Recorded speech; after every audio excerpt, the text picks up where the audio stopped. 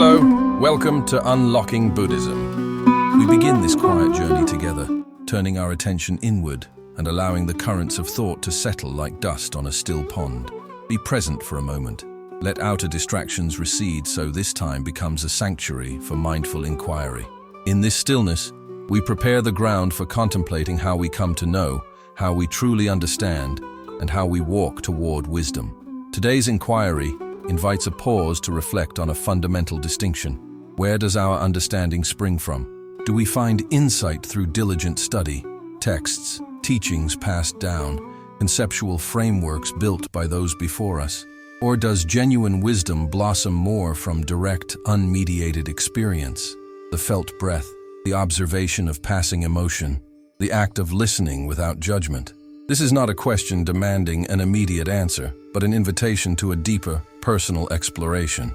Consider the vast ocean of human knowledge, libraries of ancient scrolls and modern analyses, spiritual treatises, philosophical debates, scientific discoveries, catalogued as paths to comprehension. There is undeniable value here. Through study we learn from countless minds, gain perspective, and broaden our concepts of the universe and our place within it. A complex idea can suddenly clarify through focused reading and thought. Structured learning offers a map and an initial framework to navigate life's perplexities, naming experiences, structuring phenomena, and offering narratives that comfort or inspire. The disciplined mind builds a scaffold of knowledge, piece by careful piece. Yet alongside this tradition, there is another current, equally profound, that speaks of a different knowing, not from pages, but from direct experience, breath entering and leaving, an emotion observed, truly listening to another. This knowing arises when we are fully present, when we step beyond conceptual labels and engage the raw, unfiltered moment. Might the deepest truths be found, not merely in what's written or spoken, but in what's directly perceived and felt within our own awareness? Could wisdom be less an accumulation of facts than a quality of being, an intimate understanding cultivated through lived engagement with life's ebb and flow? This inquiry does not dismiss one path for another. It does not declare study inferior nor glorify unreflective experience. Instead, it gently questions where potent seeds of understanding root and how different modalities of knowing might enrich each other. Can any map replace the journey? Might a journey without guidance lead us astray? Is there a synergy between external learning and internal discovery? As we move forward, we will delve deeper into this distinction. We will explore what it means to engage with lived experience, not as passive recipients, but as active participants in wisdom's unfolding. We will consider how teachings, seen through direct experience, can transform from concepts into living truths that reshape perception and guide action. Let this inquiry awaken a gentle curiosity. Notice where genuine insight most powerfully arises in your life. From what wellspring does your deepest knowing flow? Hold these questions lightly and let them resonate in your quiet mind. In the weeks to come, we will turn toward the implications of these questions, illuminating a path to wisdom that is both deeply understood and intimately lived, an inward turning that reveals the subtle, powerful ways true wisdom can manifest. Having gently explored the way understanding arises, whether through careful study or direct experience, we now turn to a specific manifestation of that duality within the heart of the Buddhist tradition. Imagine the early Sangha not as mere history, but as a living community, like a garden where different plants flourish and each contributes to the whole. As the Buddha's teachings took root, a natural divergence emerged, reflecting the varied inclinations of those who sought liberation. Not a conflict, but an organic unfolding of two complementary approaches, Pariyatti and Patipatti, Pali terms that frame the interplay between conceptual knowledge and direct realization. Pariyatti refers to study, memorizing suttas, commentaries, and the textual body of the Dhamma. It is intellectual engagement, listening, reading, contemplating, articulating the Four Noble Truths, the Eightfold Path, and meditative techniques as described in the canon. Those drawn to Pariyatti preserve the tradition, safeguarding the purity of the teachings, so the Buddha's words transmit accurately. Through study, one builds a conceptual framework, a mental map that delineates the landscape of practice, points out pitfalls, and illumines the goal of liberation. It is like learning the blueprint of a temple before entering. The structure and purpose of each chamber become clear. This understanding provides a steady foundation. Without Pariyatti, the path can be obscured, prone to misdirection and misunderstanding. Conversely, Patipatti signifies actual practice, the application of teachings through meditation, mindfulness, and ethical conduct. It is the lived Dhamma, transforming concepts into felt reality. This approach cultivates wisdom by observing mind and body, purifying intent and sustaining meditation until insight dawns. Practitioners of Patipatti seek to realize scriptural truths in immediate experience, seeing impermanence, the suffering of attachment, and the selfless nature of phenomena. It is like walking through the temple, feeling the cool stone beneath one's feet, sensing its silence and sanctity. Direct experience yields unshakable conviction. Without practice, the teachings remain abstract, powerless to liberate the heart. In the nascent Sangha, these streams coexisted, sometimes parallel, sometimes intertwined, sometimes tense.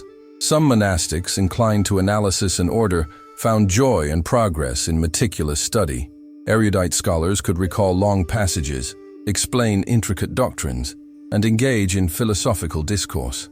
Their role forged the intellectual backbone of the tradition, ensuring the Buddha's wisdom would not be lost or misinterpreted.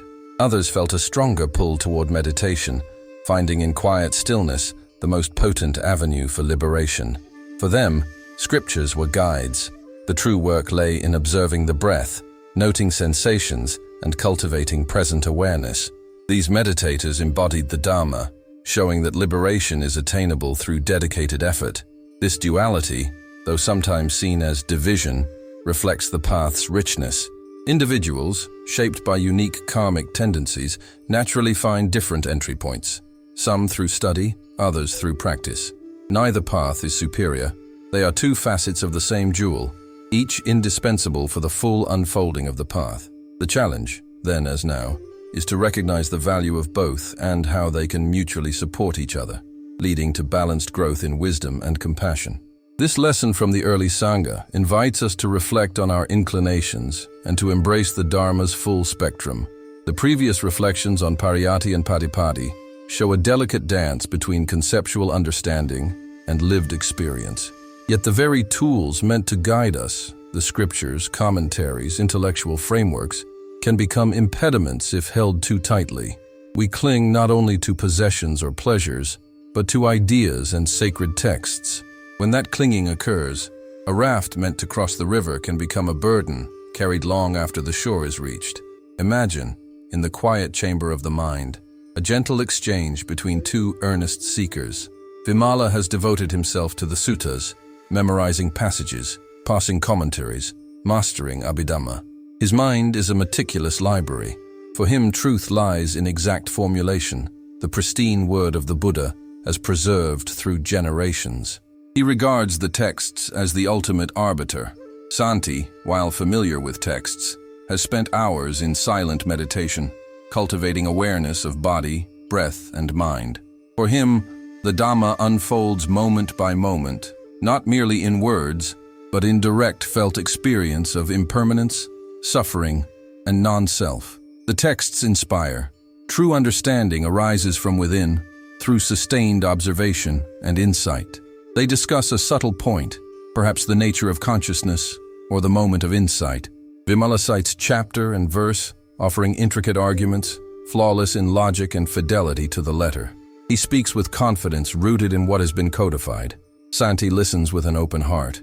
When he speaks, he does not counter with other citations, but describes a deep inner knowing from years of practice.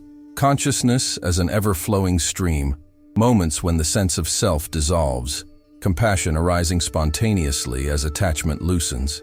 His words are not proofs, but reflections of direct insight. A subtle tension arises. Vimala may find Santi's descriptions less rigorous, even deviant from textual frameworks. He might insist that experience must align with canonical formulations. To him, an experience that cannot be precisely mapped to text risks delusion. He treats texts as the sole standard, questioning what falls outside their bounds. Here we see the limits of exclusive reliance on debate and textual adherence. If Vimala insists only the written word is true and Santi speaks from unmediated realization beyond precise linguistic formulation, the dialogue can stall. No amount of citation will bridge a gap where one party clings to literal interpretation, even if it contradicts the spirit of teaching or the living reality of practice. It is like arguing about the taste of a mango by discussing its botanical classification, while someone else simply savors its sweetness. The debate becomes futile when conceptual rigidity renders direct truth unacceptable because it lies outside predefined boundaries. Such moments show that spiritual truths are not always amenable to intellectual dissection. The Dhamma points to a reality beyond words and concepts. Texts are fingers pointing to the moon. Cling to the finger, and you miss the moon. When adherence to the letter becomes unyielding, it creates a barrier that dismisses individual experience and flattens living insight into dogma. Resolution does not come from more debate or greater erudition, but from a shift to compassionate acceptance. This is not merely agreeing to disagree or abandoning rigor.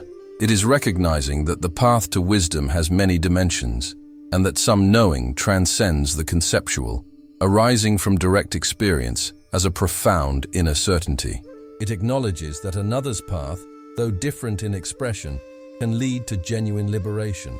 Compassionate acceptance asks us to loosen our grip on absolute certainty, cultivate humility, and open to the possibility that truth manifests in myriad ways. The aim of the Dhamma is not intellectual victory but the cessation of suffering. Approaching differences with compassion moves us beyond proving ourselves right toward mutual respect, acknowledgement of earnest effort, and willingness to learn from diverse expression. This shift is not compromise, but an expansion of truth. While texts guide and clarity matters, the heart of the Dhamma pulses with the living truth of realization and the warmth of metta. Often the most profound teaching arises not in perfect doctrine, but in the silent space where two beings meet, each holding their understanding lightly, opening to a shared striving for peace and liberation. In that spaciousness, the spirit of the Dhamma can shine, fostering harmony amid diverse paths. Yet, seen with a discerning, peaceful mind, a deeper truth appears. The interplay of Pariyatti, study of the Dhamma, and Patipatti, its practice, is not a flaw or deviation, but an intrinsic feature of the Buddha Sasana, present from the dawn of the teaching. This duality testifies to the path's comprehensive wisdom, acknowledging the varied needs and capacities of seekers. The journey to awakening includes both mapping the terrain and traveling it. To regard this as design is to grasp the path's adaptability and completeness. Recall the early days when the awakened one walked the earth.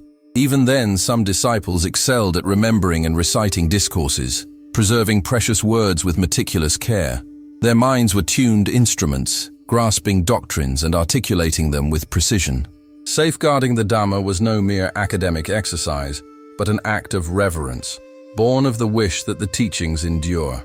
Without their diligence, much of the Buddha's message might have been lost. Their preservation provided the conceptual raft by which many began to cross the turbulent waters of samsara, allowing seekers to locate landmarks of liberation. At the same time, others yearned for direct realization. They turned from textual study to the quietude of meditation, cultivating mindfulness and direct observation. For them, the teachings were to be lived and realized in every moment. They immersed themselves in Patipatti, turning impermanence, suffering, and non-self into felt certainties. By cultivating inner stillness, wisdom blossomed as they saw the arising and passing of conditioned things with clarity. Their practice became living proof of the Dhamma's power, showing that liberation is not abstract, but attainable. They validated the map through insight, radiating peace and inspiring beyond words. Thus, the coexistence of Pariyatti and Patipatti is not historical anomaly or decline. It is the breath of the Sasana. The Buddha recognized differing karmic inclinations. Some minds are drawn to analysis, finding clarity in systematic study. For them, Pariyatti dispels confusion and establishes an intellectual foundation, so experience is not misread. Others suit direct knowing, finding wisdom arising most powerfully from meditative immersion. For them, Patipatti transforms understanding into unshakable insight. Study alone can lead to intellectualization. Mere description cannot substitute the taste of the fruit. The enduring presence of both approaches shows the Dhamma's balance and its capacity to meet individuals where they are. Study gives direction and the distilled wisdom of those who came before. Practice delivers direct realization and the power that liberates heart and mind. Seen as one whole, each approach enriches the other. Study without practice becomes barren knowledge. Practice without study risks being misguided. They are like two wings of a bird, both necessary for sustained flight toward awakening. This invites an open mind and a discerning heart. Deepen study to ground practice, or dedicate time to quiet meditation so knowledge ripens into wisdom. The Sasana has always held this duality as strength, enabling the Dhamma to guide countless beings. Thus, the radiant lamp of the Dhamma continues to shine, illuminating the way for all who seek true peace. In the gentle light of reflection, we have considered how Pariyatti, the study of the Dhamma, and Patipatti, its direct practice, have always been woven into the Buddhist tradition. Each, born of different inclinations, offers essential contributions to the unfolding of wisdom. Now we turn to the art of holding these streams in balance, recognizing that a deeper harmony appears when we cultivate not merely tolerance, but profound mutual respect.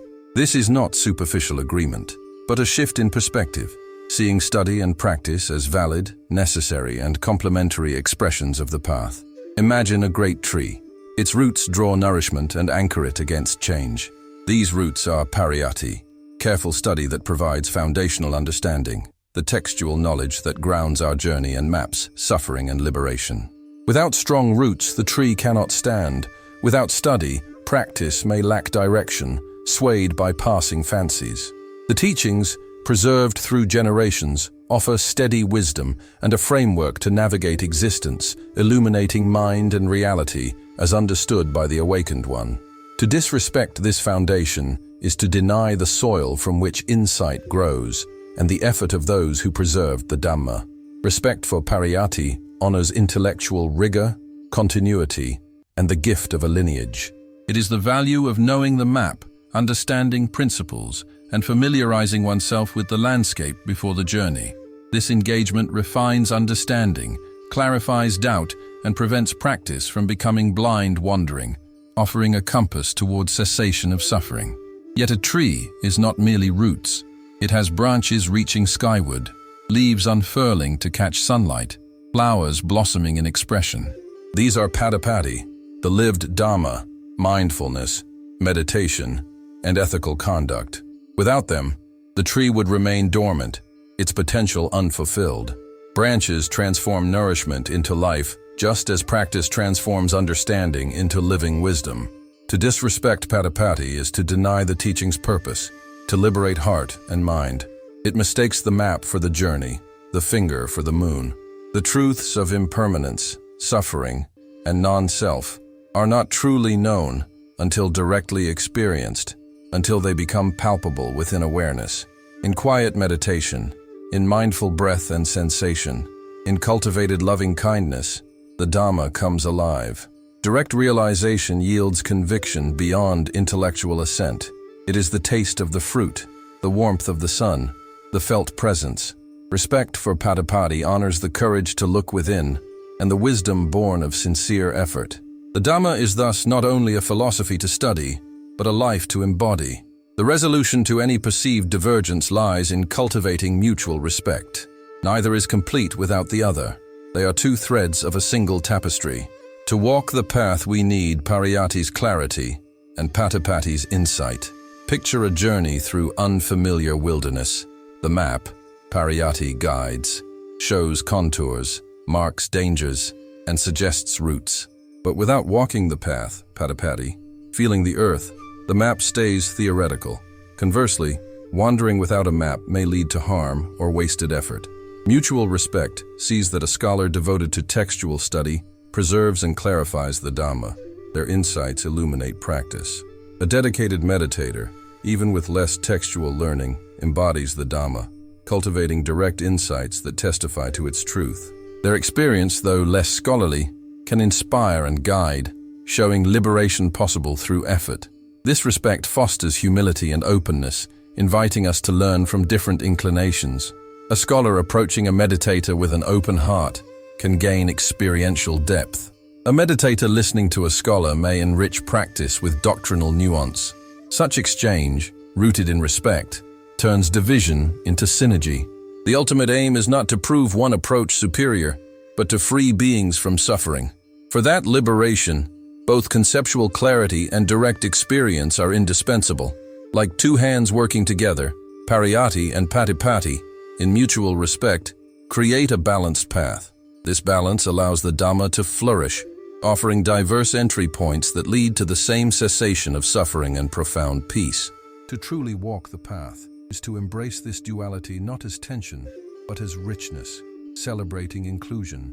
So every sincere effort, whether in study or practice, contributes to the blossoming of insight and compassion. We have considered how Pariyatti, the study of the Dhamma, and Patipatti, its direct practice, are both essential, each contributing to understanding and realization. Now we shift our gaze from these approaches to a broader, intimate inquiry. How the same patterns of division and attachment that arise when we privilege one aspect of the Dhamma over another show up in our lives, interactions, and communities. Like a forest that thrives on diverse flora, a community and the individual mind finds harmony not in rigid uniformity, but in the spacious humility and quiet strength of genuine respect for differing perspectives. True harmony does not spring from one viewpoint's triumph or intellectual dominance, but from a profound inner shift, a willingness to let go of being right, to embrace the richness of diverse experience, and to hold space for another's path, even when it differs from our own. Consider how divisions appear in daily life. In conversation with a loved one, colleague, or friend, you may hold tightly to an opinion, convinced of its truth. The more another disagrees, the firmer your grip becomes. We habitually equate ideas with selfhood. When an idea is challenged, it feels like an attack. This attachment narrows vision, closes ears, and hardens the heart, making connection and understanding difficult.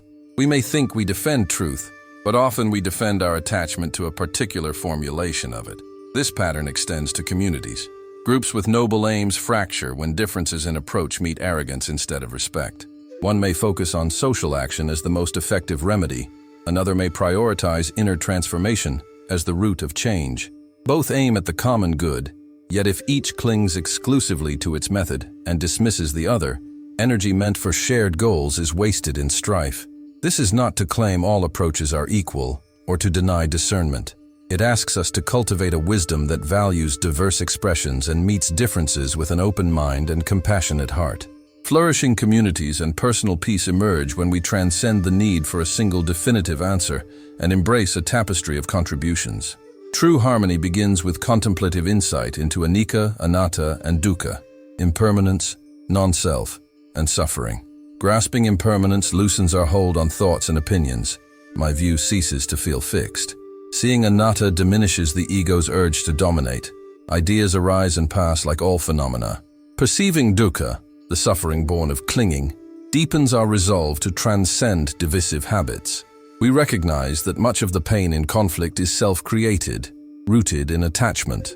Thus, cultivating mutual respect becomes a profound spiritual practice rooted in the Dhamma. It asks us to listen not to reply or refute, but to understand, to speak not to convince, but to share, to treat differences not as threats, but as openings to widen perception. When a challenging perspective arises, pause, breathe, and ask, what can I learn here? How might this enrich my understanding? This gentle curiosity is the antidote to the rigidity that breeds division. Humility is essential, not self-denial, but quiet recognition that our understanding is partial, evolving, and limited. Approaching others with humility creates space for genuine dialogue, a fertile ground where perspectives meet without combat. We see others as earnest seekers, also striving to alleviate suffering. Their path, though different, expresses that same aspiration. The Buddha's teachings point to a harmony beyond distinctions. Liberation from suffering is not won by intellectual prowess alone nor by isolated practice, but by an integrated understanding that embraces both study and practice. Like many rivers flowing into the ocean, sincere paths approached with wisdom converge toward the same peace. Honoring another's diligence, whether in study or meditation, is honoring the spirit of the Dhamma. Each window of awakening lights the path.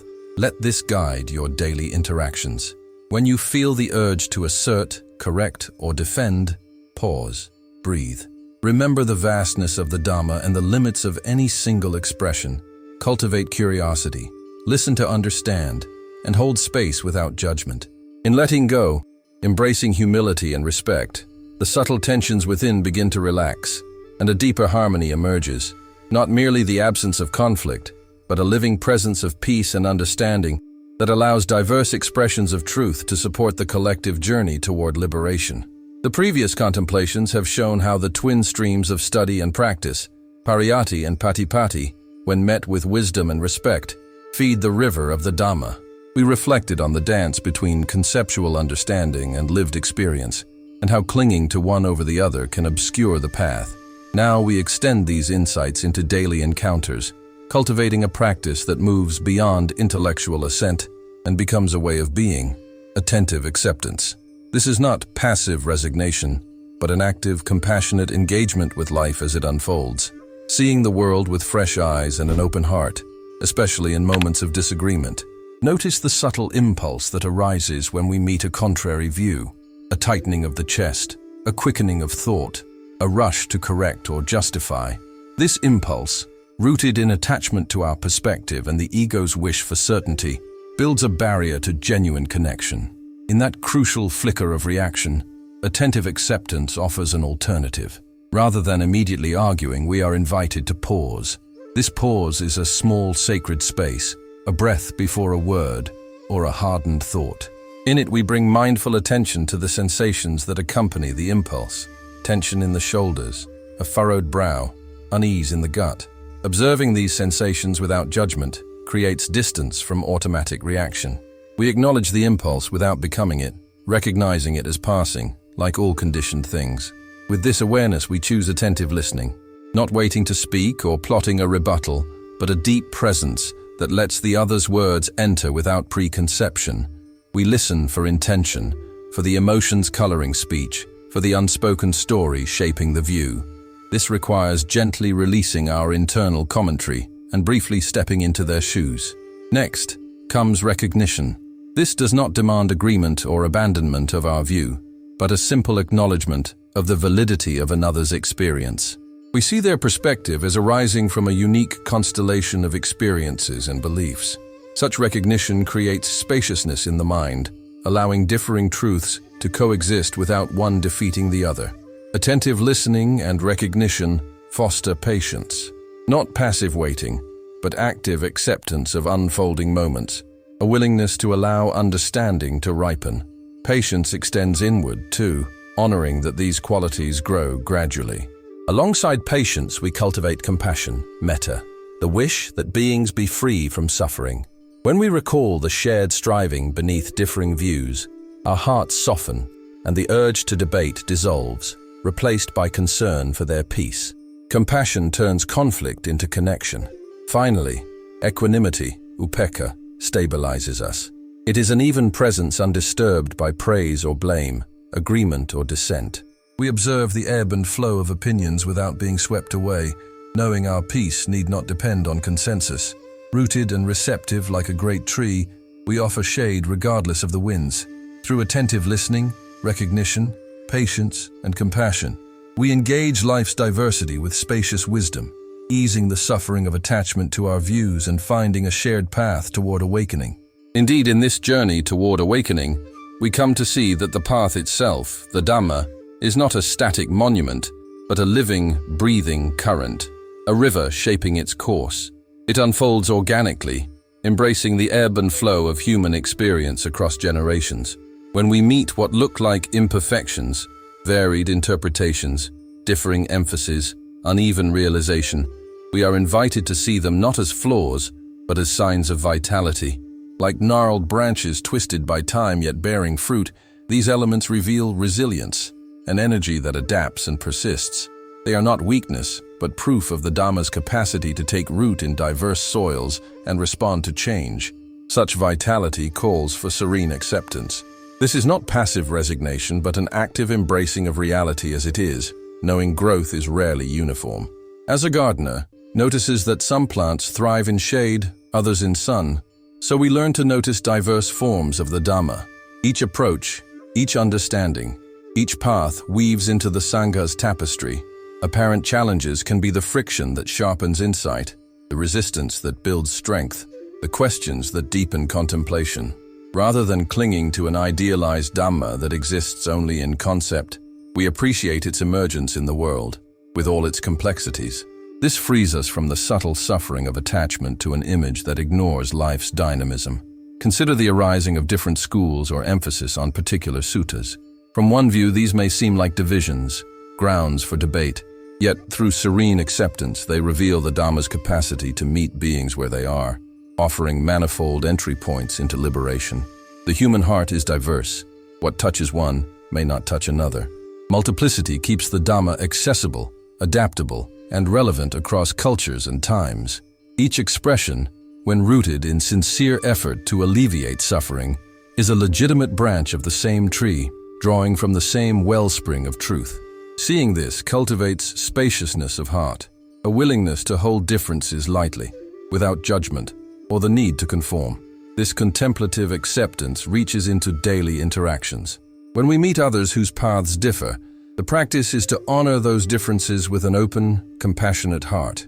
Beyond tolerance, which can imply superiority, this is genuine reverence for another's journey, recognizing the sincerity of their effort to find peace, even if their methods diverge. It understands the Dhamma as vast, its wisdom too numerous to be confined to any single framework.